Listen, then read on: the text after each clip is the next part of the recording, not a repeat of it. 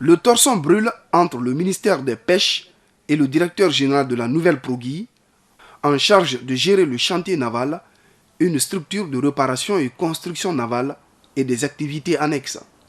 Le ministre André Loy souhaite résilier le contrat de location du chantier naval et de ses infrastructures, conclu en 2000 pour une durée de 20 ans, entre le département de la pêche et le père de Sori Camara, décédé il y a quelques années. Tout est parti du non-respect des clauses du contrat, estime le ministre de la Pêche. Le chantier naval, c'est un chantier où on doit fabriquer des bateaux de pêche ou de plaisance ou de les réparer. Mais il a changé contre toutes les clauses du contrat qu'il avait depuis 2008, qui ne tient plus, parce qu'il fallait que le contrat soit renouvelé, il n'a jamais voulu renouveler. Il a changé donc la vocation du chantier en le transformant en garage de réparation de véhicules et en y faisant de la peinture. Et plus grave, en sous-louant les installations à d'autres activités qui ne sont pas liées à la pêche. Il y a des entrepôts de jus de commando qui sont là-bas. Dans le souci de recouper l'information, nous rencontrons le gérant du chantier naval. Document en main, Sori Camara dénonce l'attitude du ministre de la Pêche et estime qu'il appartient à la justice de trancher dans cette affaire. Le ministre nous a écrit, suite à une visite qu'il a rendue lui-même en compagnie du PDG de Joliba Pêche au chantier naval de Bellevue. Il n'a pas explicité la violation. Qu'est-ce que la violation dit? Deuxièmement, cette violation-là doit se faire devant un tribunal. On doit donner les preuves au tribunal qu'il y a violation du contrat et demander au tribunal de résilier le contrat. Sori Camara refute en bloc les accusations selon lesquelles il ne respecte pas les clauses du contrat.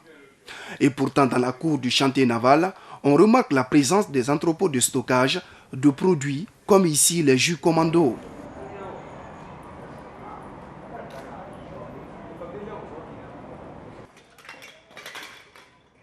Pour le ministre des Pêches, la sous-location des installations du site est une violation des termes du contrat. Je lui ai envoyé une deuxième lettre pour l'informer que je venais pour faire une visite de terrain. Je me suis rendu moi-même sur le terrain.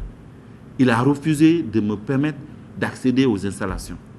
Il a refusé, il était là, il n'était pas absent. Depuis quelques jours, une équipe de la police quadrille les lieux et empêche l'accès aux responsables, ce qui n'est pas sans conséquence sur les activités de la direction. Une situation que déplore Sori Camara. Nous ne comprenons pas que, sans vouloir attendre le verdict du juge, le ministre envoie des bérets rouges, des policiers pour casser les cadenas du chantier naval et introduire de force les équipements et les machines, les véhicules de Joliba Pêche. Cette opération de récupération du patrimoine du département de la pêche, de l'aquaculture et de l'économie maritime s'inscrit dans le cadre du plan d'action du département qui entend aller jusqu'au bout.